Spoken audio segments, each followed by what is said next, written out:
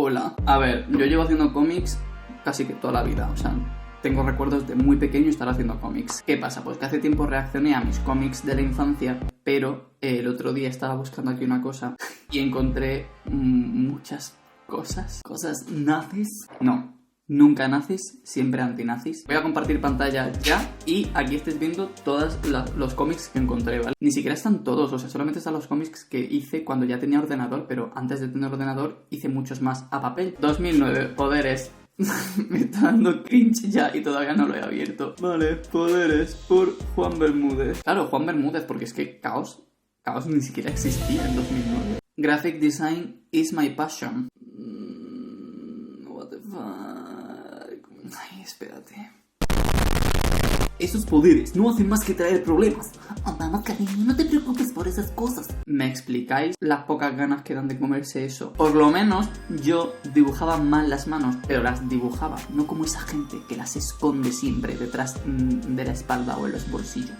Bueno, a Yank, que es el prota, os vais a hartar de verlo junto con Gelson, porque en aquella época yo hacía muchísimos cómics sobre Yank y Gelson. Eran como mis dos ops, claras influencias de One Piece.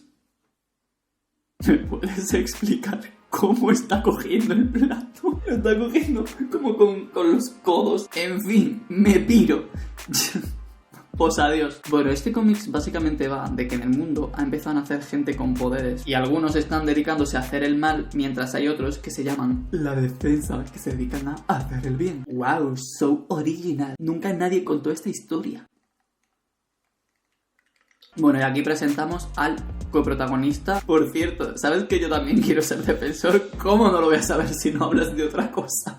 Maldito Gryffindor. Y ahora Gelson le reta a un duelo. Oh yes, queen.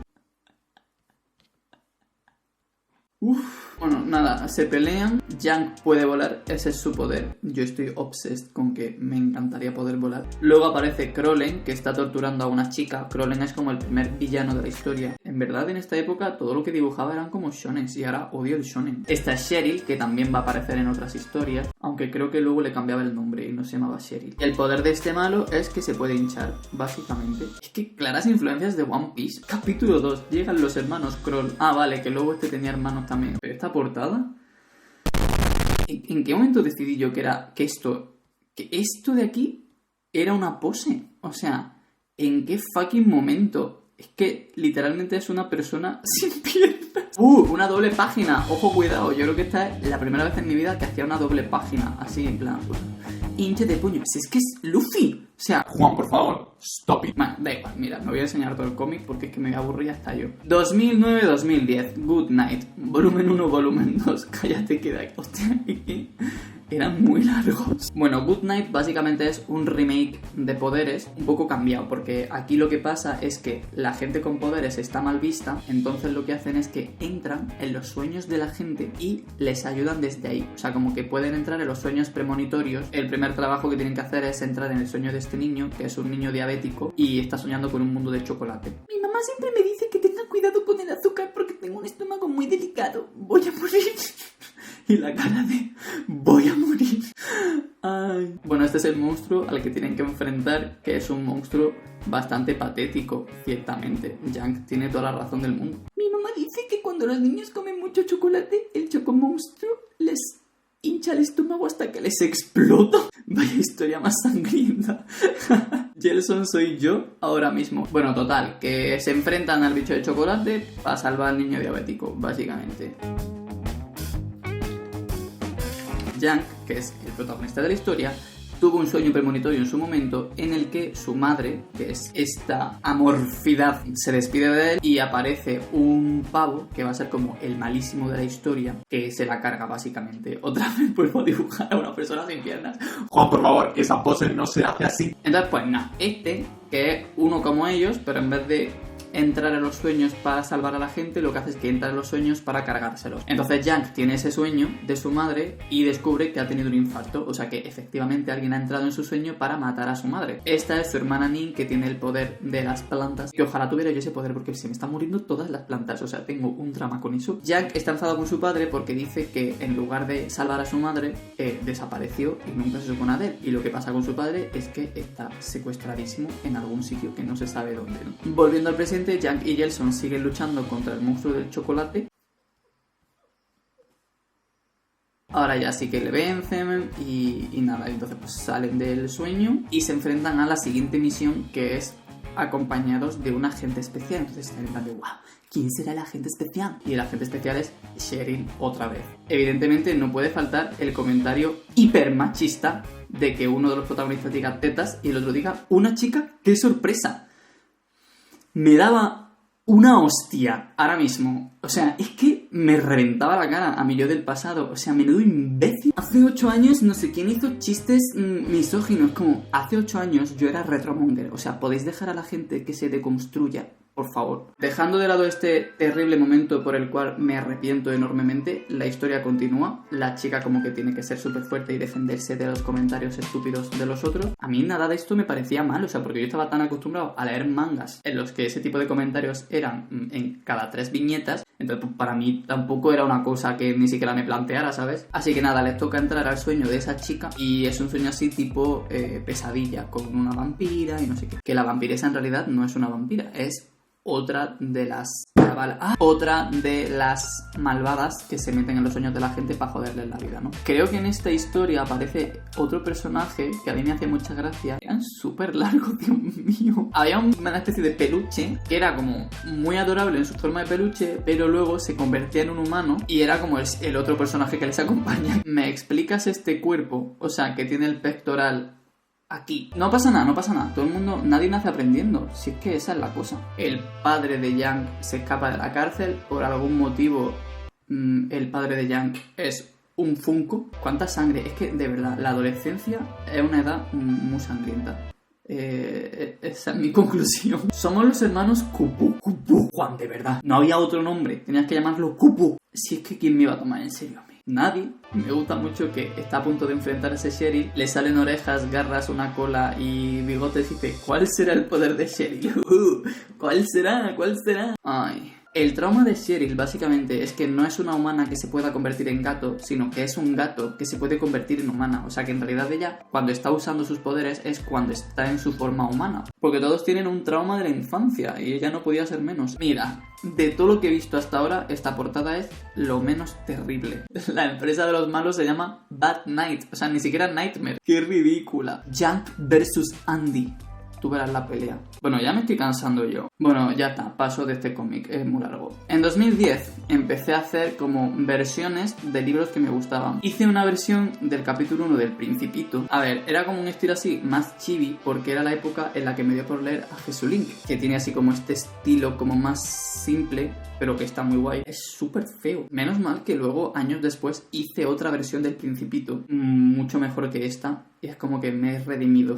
Hice también mi versión del primer capítulo de los Juegos del Hambre. Pero ¿qué pasa? Yo no sabía dibujar y tampoco sabía dibujar trenzas. Entonces decidí cargarme la característica principal de Katniss, que es su trenza, y dije, pues yo le voy a hacer 2 coletas porque soy más guay que nadie. ¿Puedo dejar de darme con el escritorio? Cuando hice este cómic, la película no existía y mi único referente era el libro en sí. Entonces está todo tal cual en el libro. O sea, no adapté nada. Simplemente cogía lo que iba diciendo el libro y lo iba escribiendo y dibujándolo en viñetas. Está literalmente igual que en el libro. O sea, lo que pone en los bocadillos es lo que hay en el libro. O sea, tampoco es que supiera yo en ese momento que un cómic no necesita tanta descripción y tanto bocadillo y tanto texto, sino que es mucho más gráfico. Esta era mi versión de Gale. Vaya, me pregunto cuándo el jorobado de Notre Dame decidió interpretar a Gale. ¡Wow! Ah, claro, también salía Match, la hija del alcalde, que creo que ese personaje no aparecía en la peli. Hostia, tú. Esta era mi versión de Pita. Bueno, y la despedida, no sé qué, que hasta aquí. Es que siento que este vídeo va a durar 100 años. Bueno, Out of the Life. Ahora se viene, ¿vale? Porque yo en esta época empecé a hacer un cómic que escribía una amiga mía. De este cómic ya hablé en el vídeo que va a aparecer por la esquina esta de información. Y va sobre que cuando te mueres, depende de lo bueno o lo malo que hayas sido, hay como distintas categorías, te ponen en una y lo que te toque pues lo tienes que hacer. Y los protas básicamente se dedican a bajar a la tierra en busca de espíritus errantes como este, que es de verdad, o sea, yo cuando aprendería a dibujar monstruos, bueno, a dibujar en general. En esta época yo todavía era estudiante de ciencias y con la intención de seguir estudiando ciencias el resto de mi vida y no estudiar artes. Entonces, a nivel dibujo, todavía como que no me molestaba mucho, pero se ve como que ya empiezo un poco a entender la narrativa y la composición de viñetas de un cómic, de cómo contar una historia. Cada capítulo siento que estaba un pelín más currado que el capítulo anterior, o sea, como que ya aquí me molestaba en ponerle sombras, aunque bueno, estas sombras, esto así no podría ocurrir. O sea, si esta sombra está aquí en la cara, aquí en la barbilla hay luz, y este brazo tiene luz aquí, y la sombra aquí detrás, cuando la luz aquí está detrás, esto es una absurdez. La historia estaba guay, debo decir. O sea, yo creo que el hecho de que no la tuviera que escribir yo, y que yo solamente me tuviera que centrar en el dibujo en sí, me daba como espacio para intentar desarrollar más mis dotes de dibujante y no tanto de contador de historias, porque la historia no la tenía que contar. Ya empezaba a buscar árboles en los que fijarme para dibujar el bosque, entonces como que se va notando cierto interés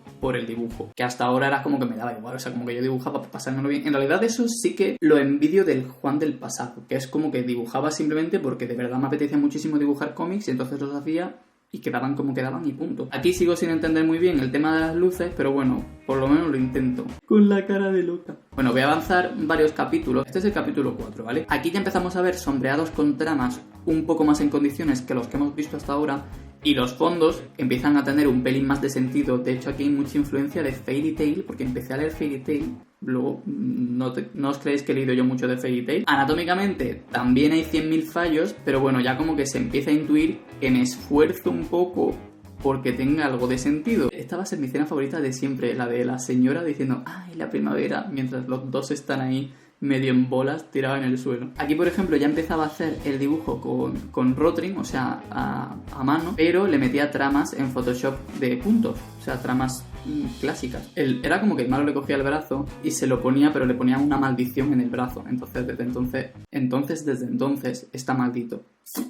Vocabulario. Pero bueno, la cosa es que mientras hacíamos Out of the Life, yo también hacía Boken, que era una historia que sí que escribía yo. Boken empieza con Yank. Os advertí de que os ibais a hartar de ver a Yank. Y es el primer cómic en el que aparece Nin. O sea, Nin, como el personaje de Nin, que también os hablé de Nin en otro vídeo que también aparecerá por aquí. El poder de Yank era ver cuando alguien tiene un don. Entonces dice, puedo intuir cuando alguien tiene un don. Y la chica, intuir, sí, como contigo ahora mismo. Vaya mierda de don. ¡Cállate! Y el poder de Nin es que tiene un tatuaje mágico que le permite como salir de su brazo y hacer cosas con el tatuaje. El drama es que toda su familia tenía esos tatuajes y alguien se encargó de arrancarles esa parte de su cuerpo para robarles el poder. Entonces el dramita es importante, claro. Entonces llegan a Huelva, claro, porque ellos venían desde Latinoamérica, creo, no me acuerdo. Y conocen a este chico que es Noka, que su poder es que puede hablar con los animales. Entonces tiene un zorro que es suyo, en plan, que lo domesticó. Yo no sé qué hacía un zorro en Huelva, la verdad, pero bueno. Entonces hay unos ladrones que quieren robar al zorro y Yank y Noka se enfrentan a ellos y Yank recibe una clara paliza porque en realidad Yank no sabe pelear y es que yo no sé por qué Yank se mete en esa movida. Y luego estaba Friend, que era el compañero de piso de Yank, que les ayuda, pero a distancia. O sea, él está en su casa, en Argentina. Era de Argentina. Un saludo a todos los argentinos que me están viendo. Voy a hacer un salto temporal, ¿vale? Porque este cómic lo estuve haciendo durante 2 años. Entonces, para no enseñarlo todo, voy a enseñar este capítulo en el que ya se empieza a vislumbrar mi interés por jugar con la composición de las viñetas. O sea, me empezaba a dar cuenta de que según cómo componía las cosas, se podía dar a intuir una cosa u otra. Por ejemplo, a esta señora están a punto de asesinarla, entonces todo es mucho más caótico aquí. De hecho, esta viñeta me gusta. Recordemos que aquí yo todavía no había empezado a estudiar Bellas Artes ni nada y no me había preocupado nunca por dibujar bien. Entonces, Yank y Nin van a la casa de Noka. Mira, por ejemplo, esta viñeta también me gusta, que a veces también hay que darse una palmadita en la espalda. En fin, que largas historias. En 2012 quise hacer un cómic que se llamaba Kyoki. Esto sí que era un despropósito. Era de un chaval que había salido del manicomio y tenía problemas de personalidad. Lo estoy diciendo y me está dando vergüenza ajena, pero bueno. Entonces era una especie de historia como muy absurda, pero no llegué a dibujarla nunca. Ese mismo año hice Necómata, que fue para un concurso, y era la primera vez que hacía un cómic digital a color. De hecho, yo hasta entonces casi que no coloreaba nada. Y me parece que era porque el concurso era obligatorio a color. Si no, a cuento de qué le voy a meter yo color a nada, pero bueno. Entonces era un cómic muy cortito de 5 páginas en el que un chico le roba un bolso a una señora mayor y le cae una maldición porque en realidad la señora era un Necómata, que es un gato con 2 colas, una criatura japonesa, un yokai de estos. Hay cierto intento por hacer algo medio bonito Claramente no tenía yo muy claro el tema de las perspectivas aquí, pero por lo menos me planteaba la existencia de las perspectivas, ¿sabes? Esta claramente es la casa de Shin-chan, o sea, no sé a quién intentas engañar. Se me va la voz. Aquí ya sí que era caos, o sea, yo creo que ya desde Boken empecé a firmar como caos. Evidentemente no gana el concurso, creo que eso es obvio. Y voy a hacer una breve pausa antes de seguir porque me estoy quedando sin voz y veo que faltan un montón de cómics, así que luego continúo. He vuelto. En este lapsus de tiempo, que para vosotras ha sido un segundo y para mí ha sido muchísimo tiempo, he pensado que voy a subir todos los cómics a mi Gumroad con notas de autor. O sea, los cómics van a estar tal cual, o sea, el cómic entero sin ninguna modificación, pero voy a añadir notas de autor explicando un poco pues en qué momento de mi vida lo escribí, por qué y alguna cosilla así que me parezca interesante comentar. Si alguien quiere leerlos, van a estar en el link de aquí abajo, los subiré por $1 o $2, no lo sé porque aún no los he subido, pero bueno, ahí van a estar. Y os comparto pantalla ya. 2013, Familia Nada Peculiar. Este cómic lo hice con bolígrafo, con un Bic naranja como este, o sea, todo el cómic está hecho a bolígrafo, pero el color es digital. Lo hacía a bolígrafo porque las texturas y tal que conseguía a raíz del dibujo de bolígrafo no las conseguía reproducir ni con lápiz ni con otra cosa, entonces decidí hacerlas con Bolivic porque era más fácil escanearlo y reproducirlo, y el color lo hacía digital, que era una cosa en la que yo todavía estaba experimentando un poco, porque la verdad es que en la Facultad de Bellas Artes ahora las cosas están cambiando y sí que hay un poco más de asignaturas enfocadas al arte digital, pero en su momento en 2013 ya os digo yo que el arte digital era como nope. Es un cómic muy cortito, son 4 páginas. Se presenta una casa y los miembros de la familia. Por ejemplo, aquí están los niños jugando al Street Fighter y los padres regañándoles por jugar al Street Fighter. Y ya empiezo como a jugar un poco con la iluminación de las escenas. En plan, que aquí juego con un contraluz tocho y la pantalla iluminada de la televisión, mientras que en esta viñeta es la misma escena con otra iluminación. Y al final, la voz del narrador que está presentando a la familia es el fantasma de la casa al que nadie hace ni puñetero caso. Ese mismo año hice otro cómic, esta vez en blanco y negro y con un estilo más manga, otra movida de Bellas Artes, en plan que todo lo que fuese como estilo manga era como ¡no! Pero esto no era para la facultad, era para un libro que hicimos varios youtubers que se llamaba Bloggers Now, y yo participaba con un cómic en lugar de un relato. Iba de mí mismo dando un paseo por un parque y me encontraba con 2 niños. Entonces los niños estaban jugando a un juego. El juego iba como de que les estaban persiguiendo un montón de monstruos y tenían que subirse a un tobogán porque el suelo se convertía en lava, bla bla bla. Entonces yo me daba cuenta de que los niños eran yo y mi mejor amigo, o sea, como que estaba viéndome a mí mismo de pequeño jugando en ese parque. También en 2013, que parece que fue un año bastante productivo en mi faceta como dibujante de cómics, hice un cómic que se llamaba Triángulos, y va de una chica que tiene que hacer un trabajo sobre algo de geometría, un trabajo de fotografía. Entonces empieza a dar cuenta de que todo a su alrededor son triángulos, y empieza a ver triángulos por todas partes, hasta el punto en el que como que el mundo se va convirtiendo en triángulos y termina siendo ella la que se despierta de una pesadilla porque ella era un ser triangular. Otra movida. En 2014 quise hacer una relectura del cómic de Good Night, que es el que he enseñado antes, que se llamaba Buenas noches esta vez. El personaje deja de ser Yang y nace Sam, que habrá gente que ya esté habituada al personaje de Sam. Y nada, Sam pues es un desgraciado que en el colegio pues se meten con él y tal porque es un poco raro, y vive con su hermana que se llama Emma, que es esta chica de aquí y que también le sonará a la gente. O sea, en este cómic básicamente nacieron Sam y Emma por primera vez en la historia. El plot no es exactamente igual que en Good Night, porque en Good Night eran como superhéroes que se metían voluntariamente en los sueños de la gente. En este caso Sam tiene sueños,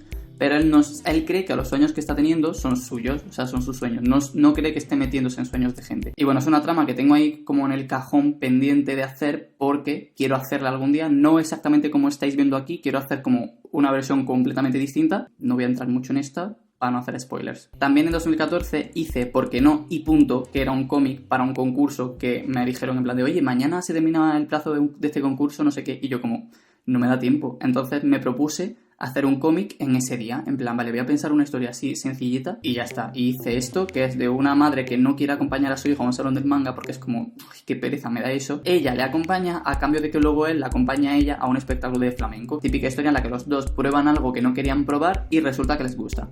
Y ya está. Tampoco que hubiera mucho donde rascar de esa historia, pero quedé segundo en el concurso. It's something. En 2015 me había ido a estudiar a Perugia, que es una ciudad en Italia que es súper vertical. O sea, es una ciudad que está como en la montaña y tiene un montón como de puentes y casas unas encima de otras. Y en una asignatura teníamos que hacer un cómic de lo que quisiéramos. Entonces a mí se me ocurrió hacer un cómic de una torre infinita inspirándome en Perugia. Volví a recuperar a los personajes de Sam y Emma, solo que aquí en lugar de ser hermanos eran simplemente dos personas que se han conocido con cada uno su movida. Entonces contaba un poco la historia del Sam, el cuento que le contaba a su padre. Todo esto aparece en el libro de la torre, aunque contado un poco distinto obviamente, y está en italiano pues porque lo presenté in italiano ovviamente. Il giorno dopo: mamma, ho sognato che papà mi portava un'espedizione e... Mamma, è successo qualcosa? Ieri notte è successo un incidente durante l'espedizione. Il dottor Richard di 14? ¿Cómo se decía 45 en italiano? Básicamente este cómic iba de que Emma le preguntaba a Sam que cuál era el peor día de su vida, o sea, así por sacar un tema de conversación. Entonces Sam tiene como los recuerdos del día que murió su padre y le dice: el peor día de mi vida fue el día que te conocí. Y ella en plan, jaja, fai proprio ridere, como... qué gracioso eres. En 2016 volví a vivir en España y me encargaron mi primer cómic a nivel profesional, que fue dibujar el cómic de Adelita Power, que yo estaba emocionadísimo, porque es que yo todavía era estudiante universitario. Entonces que me ofrecieran la oportunidad de dibujar un cómic para mí fue... Del color se encargó Happy y de la historia se encargó Adelita Power como tal. Yo solamente hice lo que es la línea del dibujo y ya está. Y es este es el cómic. Es que, uy, qué ilusión. No sé por qué no tengo guardada la versión a color. Tengo que tenerla en algún sitio, lo que pasa es que no la tengo en esta carpeta en concreto. Pero os pondré por aquí imágenes ahora del cómic como tal ya impreso. Vale, seguimos. También en 2016 hice un cómic de la torre. O sea, volví a coger la historia que había hecho en el Erasmus, pero cambiando un poco el estilo de dibujo, así como mucho más rugoso y más sucio y tal. Esta es la primera vez que dibujé la torre como tal, o sea, como era el universo. Qué emoción volver a ver estas cosas. Como que hace un montón que no me paraba a verlo bien. Y el inicio en realidad es prácticamente igual que el inicio de la novela. O sea, es Sam pequeño caminando por la ciudad, se encuentra a sus padres bailando, la madre le regaña en plan de ¿qué estás haciendo leyéndote un libro de filosofía? O sea, una antología filosófica volumen 2, chaval. El audiolibro aparecerá también por ahí. O sea, está en mi canal el audiolibro entero. Esto ya es cuando Sam es más mayor y decide adentrarse en el bosque, y entonces capítulo 2 conoce a Emma. Y también te cuento, bueno, estas páginas estaban sin terminar. Este es un poco el proceso con el que trabajaba yo. Yo dibujaba las páginas así en plan super guarras a lápiz, luego lo escaneaba y hacía el entintado digital. La ropa que lleva Emma es distinta, luego en la novela decidí ponerle otro tipo de ropa. Hay algunas secuencias que me gustan mucho, por ejemplo, esta secuencia me gusta un montón. En general como que me gusta este cómic. Solo dibujé 2 capítulos, no hice más, pero en 2019 volvieron a contratarme para dibujar otro cómic. Esta vez sí que lo hice yo todo, o sea, me mandaban el guión y yo me encargaba de toda la parte gráfica del cómic. Y fue para los Familukis. La verdad es que fue súper intenso, o sea, fue un verano súper intenso de solamente dibujar. Tengo que hacer como 2 páginas al día o lo que me tocara, y es como, es que no me puedo ir a dormir hasta que no termine estas páginas, y si alguna página me pide más horas, es que no le puedo echar más porque es que mañana tengo que pasar a la siguiente página, entonces no me da tiempo de avanzar más. Fue también, yo creo que la experiencia laboral con la que más he aprendido yo, tanto a nivel laboral como a nivel dibujante, o sea, porque tener que resolver, que mira, estoy viendo estas viñetas ahora y joe, de hecho si os fijáis, no hay nada borrado, o sea, los bocetos y las líneas que utilizaba yo de guía antes de entintar, está todo en el cómic, porque yo hacía el boceto, bajaba la opacidad, empezaba a dibujar la parte de la tinta limpia y lo dejaba todo, o sea, no borraba nada, por 2 razones. La primera, porque me ahorraba mucho tiempo, y la segunda, porque me gusta mucho el estilo que le da de dibujo sucio, o sea, como que me gusta. De hecho, a raíz de este cómic, yo empecé a dibujar mucho más guarro y más expresivo que antes de este cómic, o sea, hubo como un antes y un después en mi estilo a raíz de este proyecto. En fin, me gustaría saber de todos los cómics que os he enseñado cuál os ha interesado más. No voy a decir gustar porque no los habéis visto enteros, entonces no podéis saber si os gusta o no si no lo lees entero, entiendo, pero bueno. Y si queréis leer alguno en particular, los tenéis todos. Bueno, todos no, porque, por ejemplo, el de Adelita y el de los Familukis no lo puedo subir, obviamente, porque son cómics que se compran. Entonces no los voy a subir. Va a estar todo lo que tengo dibujado, pero no más. Por ejemplo, Boken y Out of the Life no están terminados. Entonces lo que habrá para que podáis descargar será lo que hay dibujado, no más. O sea, porque no voy a terminar el cómic ahora, ¿sabes? Que os vaya muy bien todo. Voy a terminar todos los vídeos haciendo ASMR.